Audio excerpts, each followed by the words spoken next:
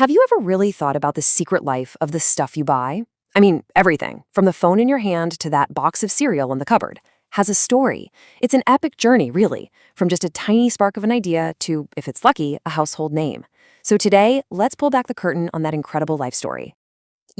This is the billion-dollar question, isn't it? Why is it that some products become these timeless classics, while others that seem just as good end up on the clearance rack almost overnight? Well, I can tell you it's not just random luck. There's actually a pattern, a kind of life cycle that most products follow. All right, so before we get into all the drama of a product's life and sometimes its death, we got to ask a really basic question. What even is a product? And you might be surprised, the answer is way broader than you probably think. See, it's not just about a physical thing you can hold. A product is really a promise. It's a bundle of benefits that's designed to solve one of your problems or satisfy a need you have. That could be your car, sure, but it could also be a piece of software or even a service, like getting a haircut. And these products, they pretty much live in two completely different worlds. On one hand, you've got consumer products. That's all the stuff you and I buy for ourselves. But then there are industrial products. These are the things businesses buy to either make their products or just to run their operations. Think about it like this. The giant bag of flour a bakery buys is an industrial product. The loaf of bread you buy from them, that's a consumer product. Totally different world. So every single product has an origin story. And it's usually not some sudden lightning strike of pure genius. No, it's a careful, very deliberate process. This is where an idea starts its long, tough journey to becoming a real thing out in the world. And that path from a simple idea to a full-blown launch is a real gauntlet. It kicks off with a ton of ideas, just brainstorming, right? But then those ideas get ruthlessly screened. The survivors get a hard look from the business side. Can this actually make money? If it can, then a prototype gets built. Maybe they'll test it out in a small market. And then, only if every single sign is a go, it's launch time. Okay, so a product is born, it's launched, but its story is really just beginning. Just like a person, it goes through these very distinct stages of life, and each one comes with its own unique set of challenges and, of course, opportunities. And this right here, this is the roadmap for that whole life story.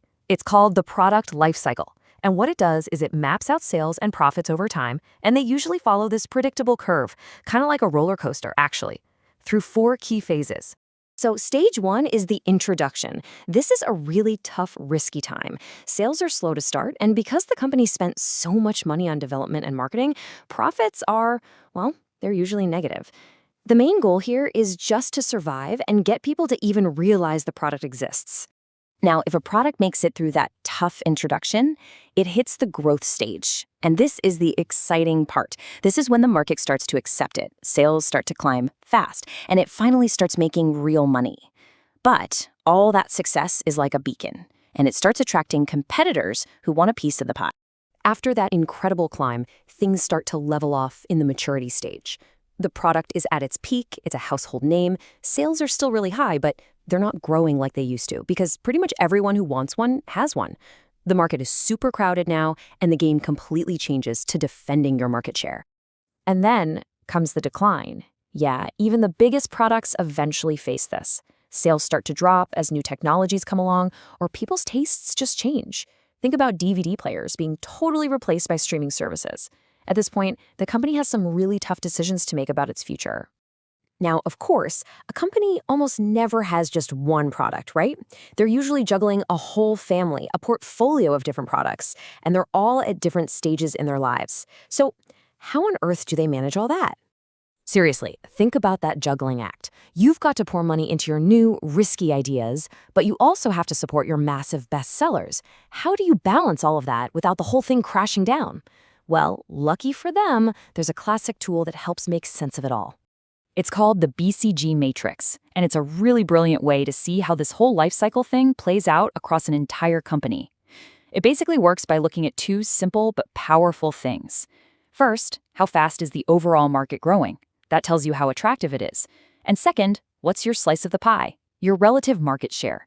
That shows how strong you are in that market. You just plot your products on this grid, and you get this amazing snapshot of your entire portfolio. So, first up in this portfolio, you've got the stars.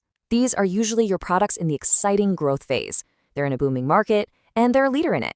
These are the future of the company, for sure. But man, they burn through a ton of cash just to keep up with that crazy growth. Then you have the cash cows. These are your classics, typically deep in their maturity stage. They're established leaders, but they're in markets that aren't really growing anymore. The magic here is that they don't need a lot of investment, but they generate a ton of cash. And that's the money that gets used to fund those hungry stars and other new ideas. Now for the big gambles, the question marks. These are often your brand new products in that risky introduction stage. They're in high growth markets, which is great, but they have a tiny market share. They are the ultimate what if. With the right investment and a little luck, they could become the next big star, or they could just fizzle out and fail. Total toss-up. And finally, we've got the dogs. Now, the name sounds harsh, but these are often products in their decline phase. They're stuck in a low growth market and they have a low share. They're not really going anywhere. Sometimes they make just enough cash to pay for themselves, but they're not big winners, and companies have to make that hard call. Do we keep them around, or is it time to let them go? So you'd think with all this planning and strategy, most products would succeed, right? Wrong. Products fail a lot. In fact, some studies suggest that over 80% of new products fail within their first year. It's often the heartbreaking final chapter in so many of these life stories. So why does it happen so often? Well, a product's downfall can come from anywhere. You could have a great idea that's just sunk by a poor design. Maybe you launched it at the absolute wrong time, or it was priced way too high. Maybe nobody even heard about it. Sometimes companies just completely misjudge how many people would actually buy it, or they get totally crushed by a stronger competitor. A single mistake, really, in any one of these areas can lead to a total flop. So now, I want you to take this whole framework and just look around. Look at the apps on your phone, the brands in your kitchen, the car you drive.